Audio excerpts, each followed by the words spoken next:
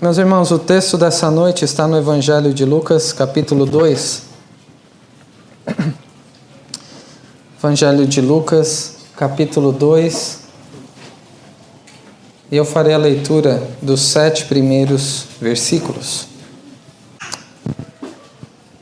Ouçamos a leitura com atenção dessa história conhecida e por isso devemos ter uma atenção ainda mais redobrada para que percebamos aquilo que muitas vezes deixamos passar quando lemos o relato do nascimento de Jesus. Diz assim a palavra do nosso Deus: Naqueles dias foi publicado um decreto de César Augusto, convocando toda a população do império para recensear-se. O primeiro recenseamento, foi feito quando Quirino era governador da Síria. Todos iam alistar-se, cada um à sua própria cidade. José também subiu da Galiléia, da cidade de Nazaré, para a Judéia, a cidade de Davi, chamada Belém, por ser ele da casa e família de Davi, a fim de alistar-se com Maria, sua esposa, que estava grávida. Estando eles ali, aconteceu completarem-se-lhe os dias, e ela deu à luz o seu filho primogênito, enfaixou-o e o deitou numa manjedoura, porque não havia lugar para eles na hospedaria. Bondoso Deus, obrigado porque podemos te adorar e neste momento de culto abrirmos a tua palavra para ouvirmos a sua voz. Que o Senhor fale profundamente aos nossos corações nesta passagem que foi tão aguardada, tão esperada no decorrer de toda a história e que tem um lugar único no nosso coração. Que aprendamos a amar a mensagem do Evangelho, em especial sobre o nascimento de Jesus. E que cada vez que lermos, que ouvirmos esta tão doce história como nós cantamos, possamos ser edificados, possamos ouvir o Senhor nos dizer o que fez por nós pecadores. Que vejamos de uma forma tão bela o que significou o fato do Senhor Jesus ter vindo a este mundo e que o nosso coração seja transformado segundo a imagem do Teu Filho, o nosso Senhor e Salvador Jesus Cristo, que é no nome de quem nós oramos. Amém. Meus irmãos, estamos, como eu disse às crianças, diante de uma das histórias mais famosas do mundo. É uma das histórias mais conhecidas, mas não se engane. Há muita gente que ainda não conhece o relato do nascimento de Jesus e existem aqueles que até já ouviram falar, mas que ainda não sabem o seu significado. Parece para nós que estamos tão familiarizados que é impossível alguém não conhecer essa história, não é? Crentes ou descrentes já ouviram sobre essa história. Até aqueles que se dizem ateus sabem falar sobre uma história de um certo Jesus que nasceu há 2000 anos atrás e teve até aquela história que ele foi colocado numa manjedoura. Talvez aqueles que conheçam a história tenham lido nas Escrituras. Outros podem ter ouvido de outra pessoa sobre essa bela história. Ou até mesmo por enfeites de Natal. Muitas vezes até em praia, né, se fazem aquelas esculturas de areia, um presépio, ou em shopping, ou outros enfeites que podemos até adquirir para colocar na nossa casa. Mas o fato é que essa história, de alguma maneira, é do conhecimento de muitas pessoas. E quando nós temos uma história que é muito conhecida, e esta é uma das passagens que podemos nos lembrar mais facilmente, nós temos a tendência de desligarmos. Como assim desligarmos? Sabe quando alguém conta, talvez pessoas mais velhas, contam a história como se fosse a primeira vez, só que já é a milésima vez que está contando? Tem horas que a gente quase desliga, já sabe até as palavras que serão usadas por aquela pessoa. Não sei se sou só eu que tenho essa tendência ou se alguns já passaram por isso. Nós, muitas vezes, deixamos de dar o devido valor àquela história que está sendo contada porque nós já a conhecemos. Nós supomos que conhecemos a história do Natal por completo. Mas, quando se trata das Escrituras, em especial sobre o nascimento de Jesus, é claro que nunca ela será conhecida plenamente por qualquer um de nós. Sempre teremos o que aprender com essas histórias. Quando pregadores se veem numa proximidade do Natal, por exemplo, e é inevitável voltar a estes textos que já ouvimos tanto falar, desde a nossa infância muitas vezes, e até mesmo que nós já pregamos em algum momento. Isso não deve ser motivo para que deixemos de pregar sobre o relato do nascimento do nosso Senhor. Aqueles que são crentes, que estudam a palavra do Senhor, nós aqui, que fazem parte de uma igreja, nunca devem deixar de prestar atenção e ouvir com muita atenção sobre este glorioso dia, que não parece glorioso no primeiro momento pela descrição. Naquele dia em que o nosso Salvador se fez homem. Nessas palavras, parece mais glorioso e consideraremos sobre este glorioso dia nesta noite. A igreja nunca deve deixar de contar a velha história, como nós cantamos no domingo passado, como cantamos hoje, essa história que do céu provém sobre Cristo, sobre sua glória e sobre o seu perdão a pecadores. Nestes dias em que antecedem o Natal, nós consideraremos, a partir da Escritura, sobre aquela ocasião em que o Senhor Jesus nasceu. Qual é a atenção que eu e você daremos a este momento mais esperado da história? Este relato trata sobre o momento mais esperado de toda a história. Qual atenção merece um texto como esse da palavra do nosso Deus? Por isso que dissemos que precisamos estar atentos ao que Lucas aqui, no nosso caso, a partir deste texto, nos registrou de fatos históricos sobre aqueles dias, como a expressão que ele começa, naqueles dias em que foi publicado um decreto do imperador César Augusto, naqueles dias do nascimento de Jesus, naqueles dias em que Herodes era governador da Judéia, como vemos no primeiro capítulo de Lucas. Esses registros não estão aqui de uma forma imprecisa, eles são verídicos. Lucas ele fez uma acurada investigação, como vemos nos primeiros versículos deste evangelho, que foi preparada para alguém chamado Teófilo, para que ele tivesse plena certeza das verdades que foi instruído. Registros históricos. Quando alguém conta uma história, são muitas vezes interessantes, curiosos. Muitas vezes registros também são cômicos, engraçados e trazem muitos tipos de informações.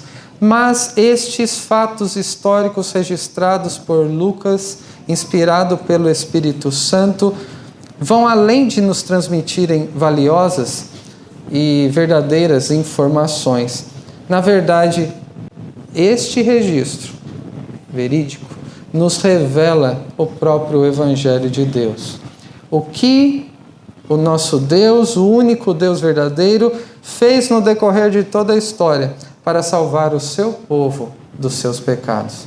E é sobre isso que, então, consideraremos aqui, primeiramente a partir dos 3 primeiros versículos, que trata sobre o decreto do soberano.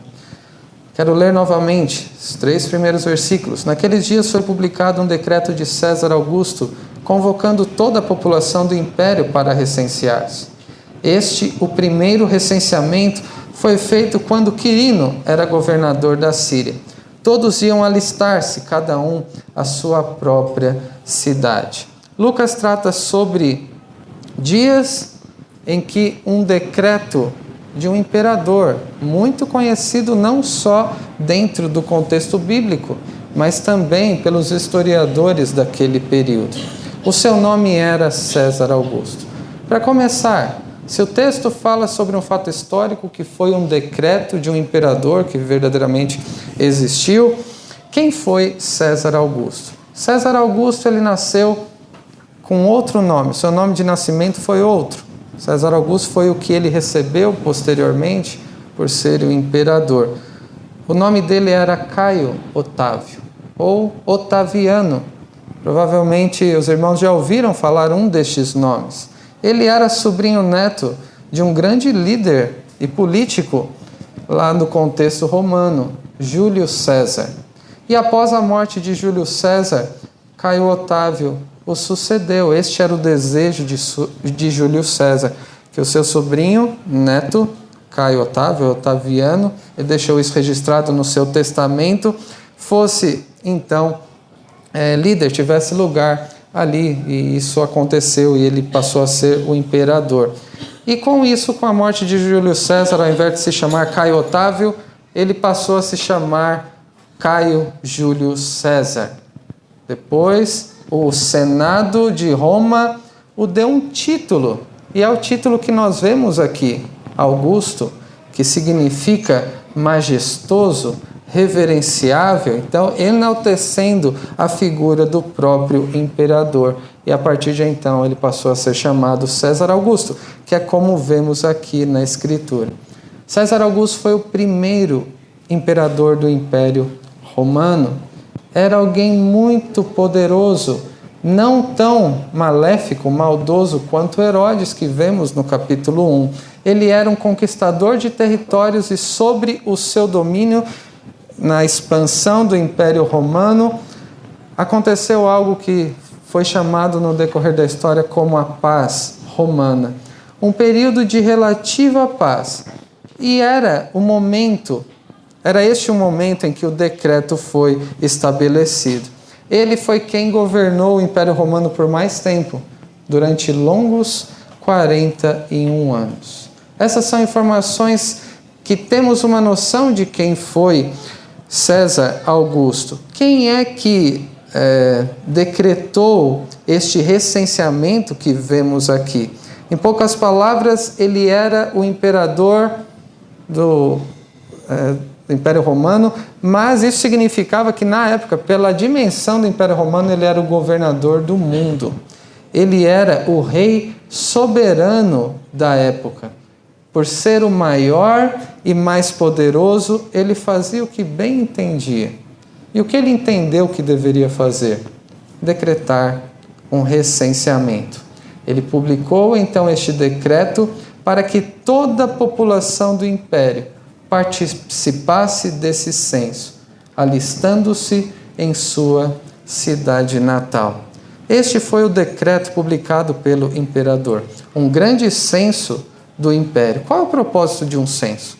Para que serve um censo? Nós temos a impressão que muitas vezes não serve para muita coisa.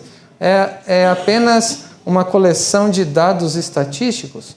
No nosso contexto temos o censo do IBGE, que é um censo da nossa nação, é um censo nacional, em que temos uma noção quantos números de habitantes como tem no Brasil, por exemplo, como que está distribuída esta população em todo o território nacional em termos de idade, de gênero, por região, onde há mais concentração de habitantes, quais são as profissões mais encontradas, as menos encontradas, quais são as religiões professadas e todos esses tipos de informações, dentre outras. Mas aqui no caso de César Augusto foi um censo diferente. Não era um censo nacional. O seu propósito foi fazer um censo mundial, universal. Toda a população do império, que era praticamente toda a população do mundo conhecido da época, deveria então alistar-se na sua cidade natal. Com qual propósito provavelmente César Augusto fez isso? Podemos enumerar três, pelo menos. O primeiro foi fiscal, controle de impostos. Ele queria enriquecer o império. Ele queria ter o controle da população e de quanto ele poderia arrecadar a partir dos impostos coletados. Além disso, era também um propósito militar. Então, pensando em futuros alistamentos para o exército, para a guarda, ele então visava, né, saber com quantos soldados ele poderia contar. Ele queria expandir o império, além de enriquecer com os impostos. Mas, além disso, um imperador tão famoso, tão poderoso, ele também tinha um motivo de orgulho. Ele queria saber o quão poderoso ele era e quantos habitantes tinham no vasto Império Romano. Então, o censo era também para colocar em números o poder do imperador. Ou seja, ele queria demonstrar o quão grande ele era. E ele estava ordenando aquele recenseamento como uma demonstração disso, que ele, sendo soberano, poderia decretar. E os seus súditos, aqueles que faziam parte do império, né, que estavam debaixo do seu senhorio, deveriam obedecer. Então, como imperador soberano, o que César Augusto estava fazendo? Ele estava agitando todo mundo conhecido da época para visar os seus próprios propósitos, suas motivações fiscais, militares e do próprio orgulho. Imaginem essa cena. Eu disse às crianças para que elas imaginassem a história e colocassem no papel. Nós também podemos, dentro daquilo que as Escrituras nos relatam, imaginar como foi. Imaginem as estradas. Estamos nos aproximando no final de ano. Cada um que parece que quer voltar para a sua cidade natal. Uns vão para o litoral, outros vão para Minas e outros vão para o Nordeste. Isso é para quem pode. Mas cada um vai para um lugar e nós já enfrentamos dificuldades. Aeroportos, os ônibus, as estradas, todos lotados. Agora imagina todos ao mesmo tempo decidirem pegar a estrada e irem por decreto do imperador para a sua cidade natal. Era isso que estava acontecendo, pelo decreto do soberano imperador César Augusto. Mas, mais do que o poder, mais do que o decreto de César Augusto, nós vemos algo que vai além do poderio dele aqui. Nós vemos o decreto de um soberano maior do que ele. Ele era o soberano do império, decretando as coisas e elas sendo realizadas. Mas por detrás do decreto de um imperador descrente, pagão, idólatra, estava a mão do Deus soberano. Aquele que decreta as coisas desde a antiguidade, desde a eternidade, e as realiza no tempo segundo o seu propósito. Nós vemos isso no livro do profeta Daniel, quando no capítulo 2, explicando o sonho de Nabucodonosor, nós lemos: mas nos dias destes reis o Deus do céu suscitará um reino que não será jamais destruído. Este reino não passará a outro povo, esmiuçará e consumirá todos estes reinos, mas ele mesmo subsistirá para sempre. A partir do decreto deste grande imperador, o que Deus estava fazendo? Estabelecendo ou fazendo o que era necessário para estabelecer o seu próprio reino, o reino de Deus, ao enviar o seu Filho, o nosso Senhor Jesus. O Deus soberano estava então movendo os céus e a terra, enquanto César Augusto estava movendo as pessoas, cada um para a sua cidade natal.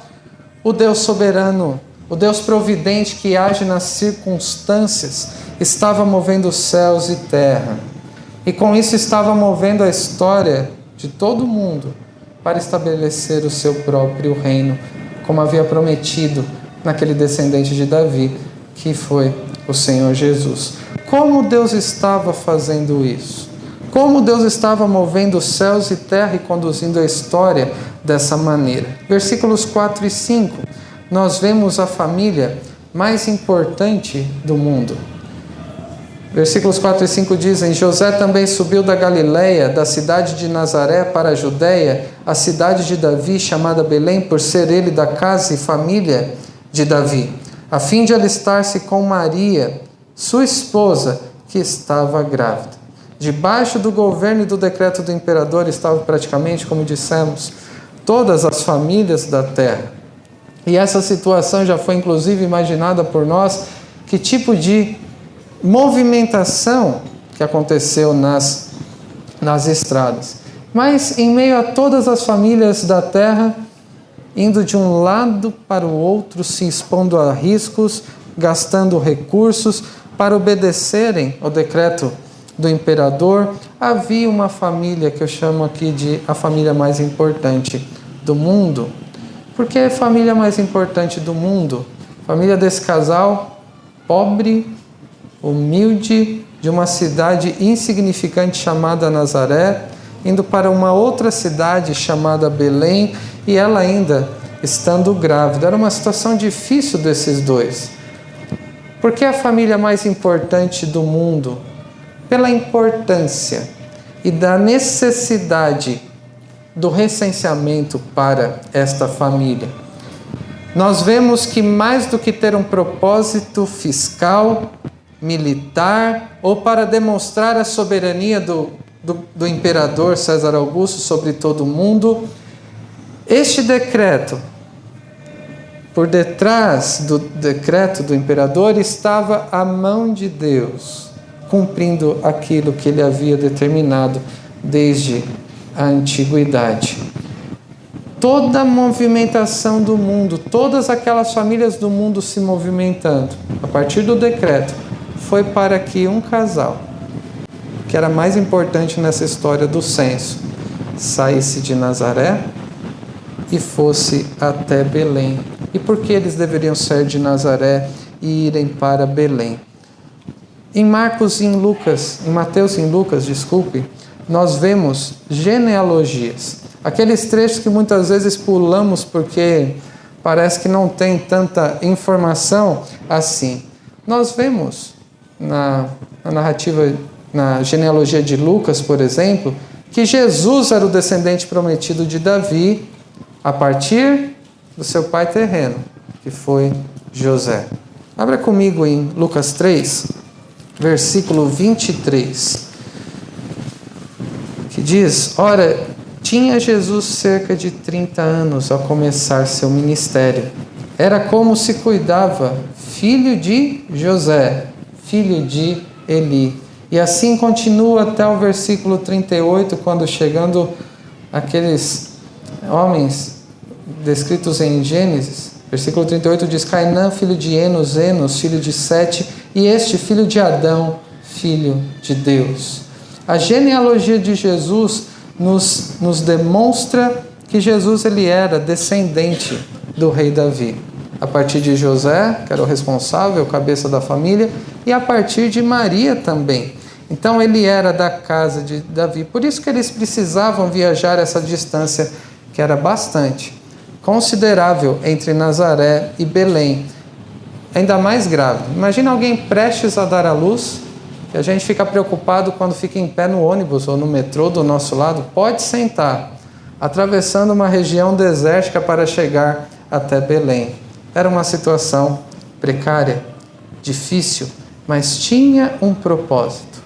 Eles deveriam estar não em Nazaré, eles deveriam estar em Belém, a cidade de Davi, onde Davi nasceu. Em João 7,42 nós lemos, não diz a Escritura que o Cristo vem da descendência de Davi e da aldeia de Belém, de onde era Davi? As Escrituras disseram, desde a antiguidade, que o Messias nasceria em Belém. Em Miqueias 5,2 que nós lemos na liturgia, diz: E tu, Belém Efrata, pequena demais para figurar como grupos de milhares de Judá, de ti me sairá o que há de reinar em Israel, e cujas origens são desde os tempos antigos, desde os dias da eternidade. Belém era o local onde o Messias, o Filho de Deus, nasceria. Isso foi profetizado várias vezes desde o Antigo Testamento. Na aliança que Deus fez com Davi também, segundo Samuel 7, Deus promete que quando ele descansasse com os pais, quando ele morresse, Deus levantaria o descendente, que à luz de outros textos nós concluímos que nasceria na cidade de Davi, Belém, e este rei teria um reinado que jamais teria fim. E se referia justamente ao Senhor Jesus, ao Messias. O local de nascimento é importante.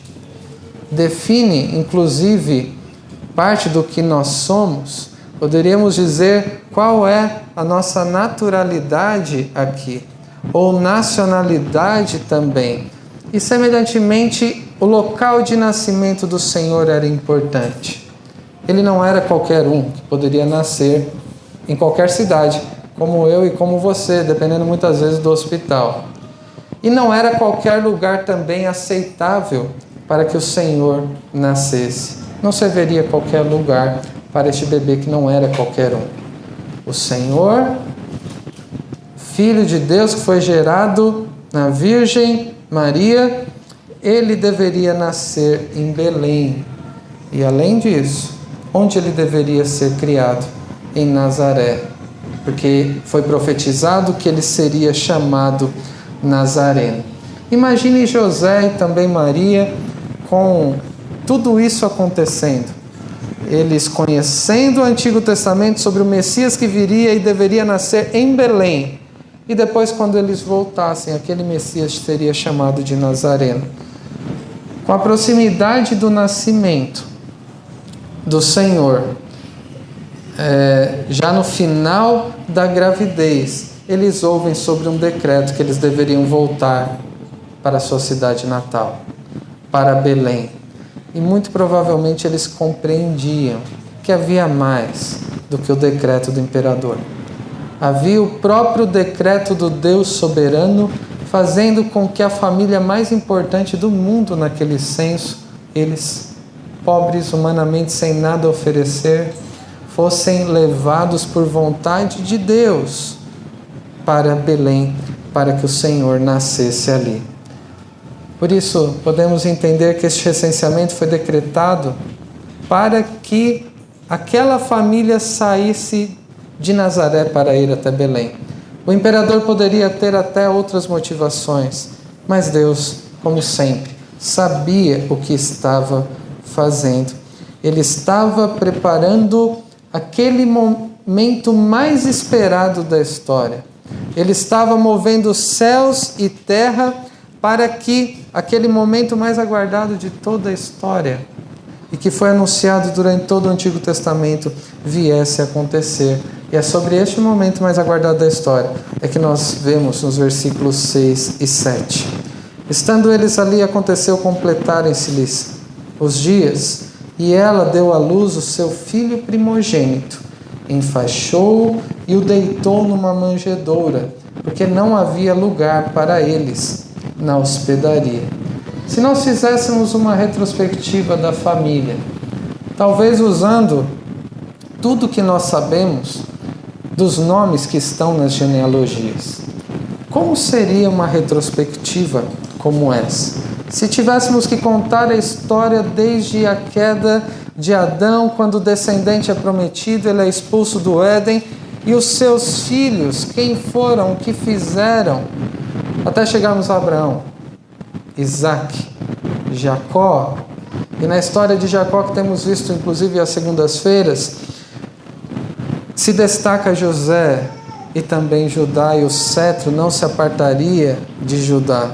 Se pegássemos uma retrospectiva por todos os nomes da genealogia, teríamos uma história muito grande a ser contada, através da vida de cada um dos integrantes. E depois de toda essa retrospectiva, somado também à expectativa do Messias, que ele nasceria de uma virgem, como profetizou Isaías, e somente estava faltando alguns detalhes para que esse dia tão glorioso, tão esperado, o mais esperado de toda a história, chegasse. Essa expectativa aqui, esse momento mais aguardado da história, estava sendo esperado desde Gênesis 3,15. Quando o descendente da mulher destruiria as obras do diabo e salvaria pecadores. Isso foi sendo ampliado, foi sendo desenvolvido pelas Escrituras, que nós identificamos a história da redenção sendo contada, e essa expectativa sempre aumentando. Quando nós lemos uma passagem como essa de Lucas 2, não devemos perder de vista a grande expectativa que eles tinham naquele momento. Nos é registrado aqui com belas palavras, singelas, até mesmo simples, mas por detrás delas, assim como atrás do decreto do imperador havia o decreto do Deus soberano, por detrás dessas palavras tão simples e singelas, há uma grande expectativa, há um grande anseio pela expectativa ser cumprida pelos próximos acontecimentos e pela providência de Deus. E olhe comigo aí no versículo 6 novamente. Estando eles ali onde? Em Belém, aconteceu completarem-se-lhe os dias. É quase um por acaso, mas nós substituímos isso pela providência de Deus. Aqueles dias da gestação que até para nós hoje são imprevisíveis. Os médicos dão uma data provável, possível, entre tal e tal semana. Se não nascer o teimoso até tal semana, a gente força ele a nascer. Mas outros querem deixar o próprio bebê decidir quando quer nascer. E é claro que por detrás tem a criação de Deus e todos os passos, as etapas da gestação até que nasce. Mas de uma maneira imprevisível para José e Maria e para qualquer outro. Mas não para o Senhor. Se completaram os dias, quando a última coisa que faltava foi resolvida. E o que faltava? Eles chegarem a Belém. Eles chegarem àquela cidade cujo nome significa Casa do Pão, em que o pão desceu do céu e nasceu e foi colocado, não num forno, mas numa manjedoura, de uma forma humilhante. Ele encarnou, foi colocado numa manjedoura. O pão da vida, o pão que desceu do céu, nasceu na casa do pão. O Deus conosco, o descendente de Davi, sendo deitado numa manjedoura. E essas são as palavras que me refiro como sendo singelas, simples, que estamos acostumados, mas não devemos perder o sentido do seu significado. Maria, versículo 7, deu à luz o seu filho primogênito, porque ela teve outros filhos posteriormente. Enfaixou e o deitou numa manjedoura, porque não havia lugar para eles na hospedaria. O Deus conosco, o Deus encarnado, sendo deitado numa manjedoura. Uma manjedoura era o local onde os animais comiam. E se eu pegasse um prato que eu como e colocasse para que alguém fosse colocado ali sem ter uma lavagem adequada, dificilmente alguém gostaria de ter um contato com aquele imagine de animais. As crostas de sujeira, imundícia que haviam ali naquela manjedoura. E é claro que mesmo faltando esterilização, José, Maria estavam cuidando do Senhor, enrolando em panos e o deitando ali, o melhor que eles poderiam fazer, que não era muito. O Rei do Universo nasceu, o Criador e dono de tudo que existe. Quando chegou neste mundo, não havia um local adequado para ele. E quando aqui diz que não havia lugar para eles na hospedaria, mais do que dizer que estava lotado e que os impediram de entrar, talvez até preocupado com a gravidez, não vai criar algum problema aqui para nós. Mais do que isso, não nos é dito qual foi o motivo de não haver lugar para a hospedaria. O sentido é que não havia nenhum lugar adequado para o nascimento do nosso Senhor. O seu palácio naquela ocasião, como rei, onde que ele ficou hospedado no seu nascimento? provavelmente um local improvisado, um estábulo, um curral, como as crianças disseram. Alguns dizem até talvez uma caverna ou um quarto para hóspedes, que não, nas hospedarias tinha um lugar para hóspedes que ficava próximo ao lugar onde os animais ficavam. Este era o seu palácio, um local inadequado. O seu trono, como rei do universo, uma manjedoura, este local para a alimentação dos animais, revelando a humilhação que ele estava passando. Não somente por ser colocado numa manjedoura, mas por ter se feito homem desde o ventre de Maria. Demonstra também como era precária a situação deles. Quem eram os anfitriões? Aqueles primeiros visitantes, talvez os assistentes ali durante o nascimento.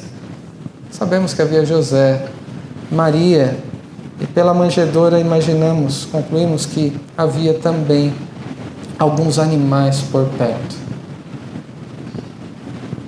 Há um aspecto da solidão, há um aspecto de insignificância no relato deste nascimento, que é a humilhação que ele estava passando. Depois de tanta espera, depois de tantas promessas sendo proferidas e cumpridas, só faltava eles chegarem em Belém. Como pode ter faltado lugar para eles? Já deveria estar reservado desde Gênesis 3,15, não é? Belém, uma cidade que não existe, vai nascer o Salvador. Seria falta de planejamento da parte de José? Da parte de Deus? Será que faltou reservar um quarto para um nascimento mais adequado? Mas uma pergunta que você devemos fazer: qual lugar do mundo seria suficientemente adequado para o Rei da Glória? O Deus que entrou como um servo neste mundo. O Deus onipresente que foi colocado numa manjedoura.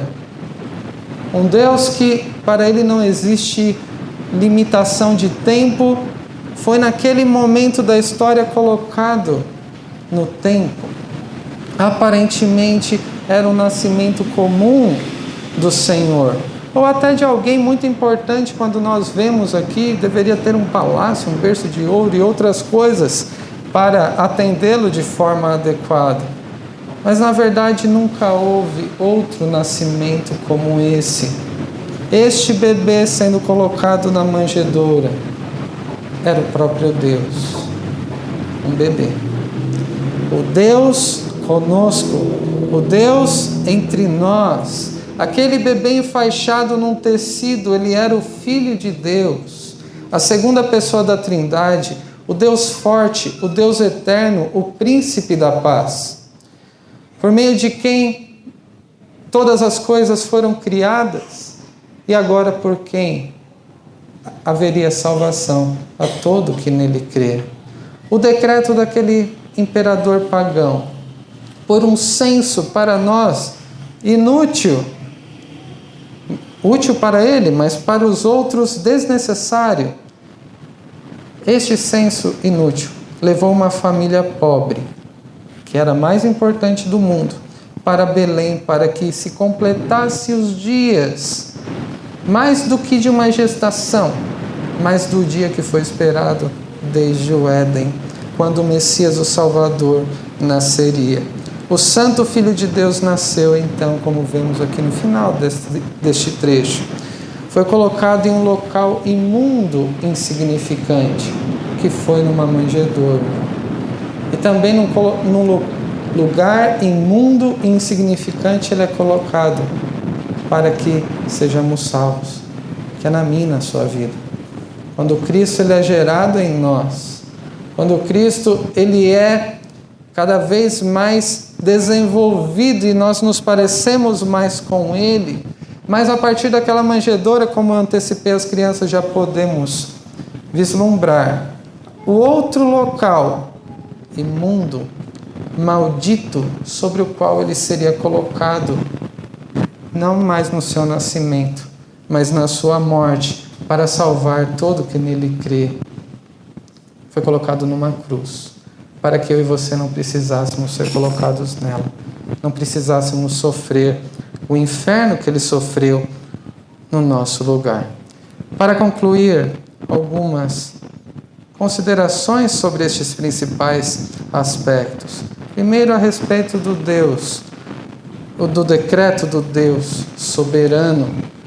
Mais do que o imperador mover habitantes da terra, nós vemos o Deus soberano mover céus e terra para fazer com que o seu plano, que era desde a eternidade, prometido desde os tempos antigos, desde o Antigo Testamento, pelos patriarcas, para os patriarcas, para os profetas, para cumprir aquela promessa, que enviaria o descendente da mulher, que enviaria o Messias que foi tão aguardado, o descendente de Davi, cujo reinado não teria fim, nascido em uma virgem para estabelecer o seu reino na vida de todo aquele que nele crê, para que eu e você fôssemos tirados do império das trevas e transportados para o reino do Filho, do amor de Deus. Zacarias, no capítulo anterior, ele adora a Deus depois de ficar um tempo mudo, reconhecendo que João Batista, seu filho, ele antecederia o Messias. E lá no versículo 77 do capítulo 1, nós lemos o entendimento de Zacarias sobre a salvação que estava se aproximando, sobre esse momento mais esperado da história que estava para acontecer, para dar ao seu povo conhecimento da salvação no redimi-lo dos seus pecados, graças à entranhável misericórdia de nosso Deus, pela qual nos visitará o sol nascente das alturas, para iluminar os que jazem nas trevas e na sombra da morte e dirigir os nossos pés pelo caminho da paz.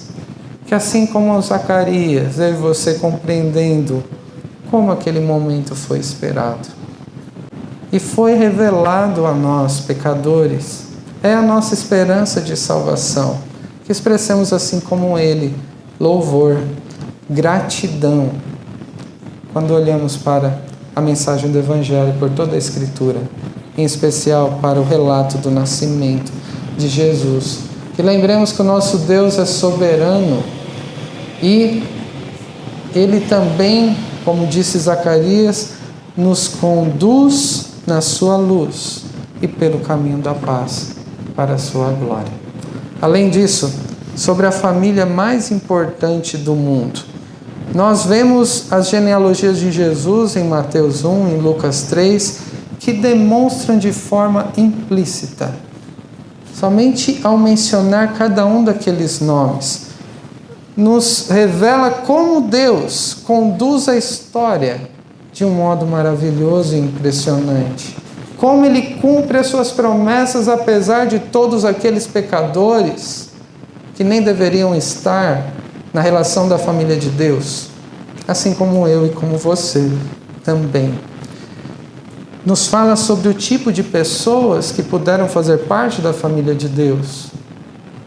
Insignificantes, sujas, pecadoras, mas que pela graça de Deus foram inseridas no corpo de Cristo. José e Maria, eles sabiam que eles faziam parte do povo e da família que era da qual viria o Senhor. Não sabiam necessariamente seria através deles, através de Maria, mas eles sabiam que faziam parte do povo de Deus, daquela família, e esperavam com ansiedade o cumprimento das promessas de Deus. Eles puderam então enxergar as circunstâncias ao redor, à luz do que Deus havia dito. O decreto não era somente de um imperador orgulhoso, mas o que o Deus soberano estava fazendo acima daquele imperador, daquele decreto. E além de enxergar as circunstâncias ao redor deles, à luz das Escrituras, eles reconheceram que era a vontade do Senhor irem até Belém. E mesmo sendo muito difícil, com Maria grávida, muito distante a viagem, o que eles encontrariam lá? Eles confiaram no Deus soberano e obedeceram. E qual foi a consequência? Eles se tornaram coparticipantes da história da redenção, que os incluía e inclui também a mim e a você. Nós também precisamos, assim como José e Maria puderam fazer, discernir os tempos em que nós vivemos. Lermos as situações ao nosso redor à luz das Escrituras, confiarmos no Deus soberano para uma vida de obediência. E qual será a consequência dentre tantas?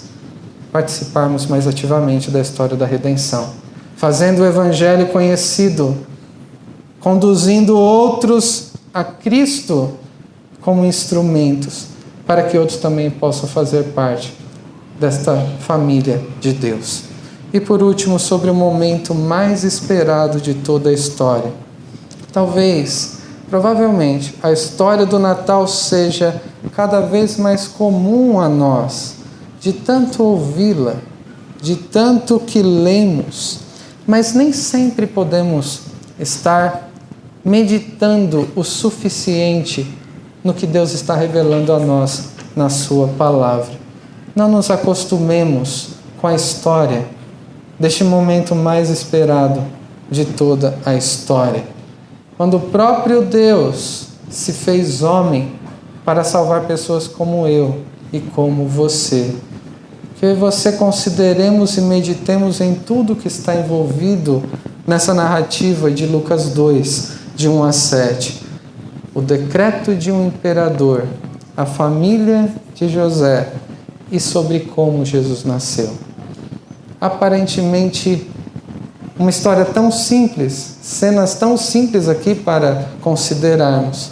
Mas pensemos sobretudo nesta imagem que certamente as crianças estão desenhando, sobre o Senhor tendo sido colocado na manjedoura. E nesta imagem podemos vislumbrar o que ele faria na cruz. E não seria mais colocado num lugar inadequado para o Deus encarnado, como um estábulo ou uma caverna, como ele foi colocado no sepulcro, mais tarde permaneceu morto por 3 dias. Esses lugares eram inadequados para o Senhor também. Consideremos a graça de Deus ao fazer isso na pessoa do seu Filho. E também consideremos que Cristo não somente nasceu, como nos lembramos no Natal, não somente morreu na cruz, mas que também ele ressuscitou.